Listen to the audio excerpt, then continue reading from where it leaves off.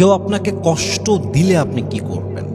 মানুষের কষ্ট এত ডেঞ্জারাস, এতটা ভয়ঙ্কর যে একটা মানুষের একটা বাক্য মানুষকে এত কষ্ট দেয় যে মানুষটা সুইসাইড পর্যন্ত করে ফেলে। এরকম ঘটনা বাংলাদেশে আছে না নাই? মানুষের কষ্ট এবং আঘাত এটা যে কত বড় জখম, এটা যে কত বড় আঘাত, এটা যে খেয়েছে সে বোঝে, আর কেউ বুঝবে না এটা। আপনি মানুষের দেওয়া আঘাতকে মেইনটেইন করবেন কেমন করে, এটাকে সামলাবেন কেমন করে, এটাকে হজম করবেন কেমন করে, ইসলাম থেকে আজকে আমরা সলিউশন ফাইন্ড আউট করার ট্রাই করব। বলেন সবাই ইনশাআল্লাহ।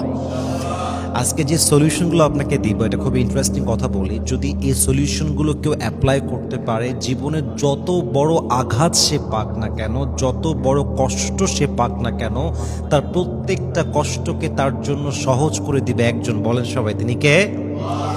প্রথমত মাথায় রাখবেন, মানুষের মধ্যে আল্লাহ দুইটা ন্যাচারই দিয়েছেন। মানুষের মেজাজ ভালো হলে মানুষ ফেরেশতার মতো ব্যবহার করে, মানুষের মেজাজ হারিয়ে গেলে মানুষের ব্যবহারটা এত খারাপ হয়ে যায়। এটা কি মানুষের বাচ্চা না এটা কোনো জানোয়ার, এটা বোঝা বড় মুশকিল হয়ে যায়। এটা হচ্ছে মানুষের নেচার। তো এই নেচারটাকে আপনার অ্যাকসেপ্ট করতে হবে। যতক্ষণ পর্যন্ত এই নেচারটাকে আপনি অ্যাকসেপ্ট করতে পারবেন না, ততক্ষণ পর্যন্ত কোনো কষ্ট আপনি আপনার লাইফে ইজিলি হ্যান্ডেল করতে পারবেন না। যখন আপনি বুঝে নেবেন যে মানুষ প্রাণীটাই হচ্ছে এরকম, যে কখনো ফেরেশতার মতো ব্যবহার করবে, আবার কখনো কুকুরের মতো ব্যবহার করবে, মানুষের জাতটাই হচ্ছে এমন, যখন আপনি এটা আপনার ভেতরে একটা বিশ্বাস হিসেবে ডেভেলপ করতে পারবেন, দেখবেন যে অনেক কিছু আপনার লাইফে অ্যাকসেপ্ট করা ইজি হয়ে যাবে।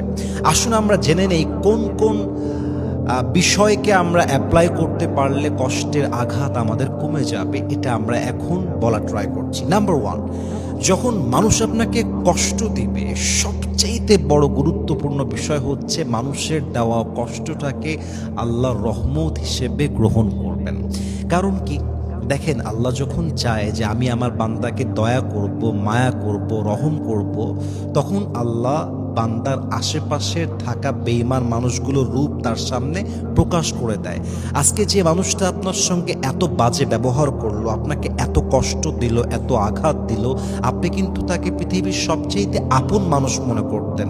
কিন্তু সে যখন এত বাজেভাবে আঘাত করলো, কষ্ট দিল, এটা বোঝা গেল আসলে মানুষ আপনার আপন কেউ নয়, আপনার বন্ধু আপনার আসল মানুষ নয়, আপনার বউ আপনার জন্য আসল মানুষ নয়, আপনার বাবা মা পরিবার আত্মীয় স্বজন আপনার জন্য আপনজন আসলে কেউ নয়।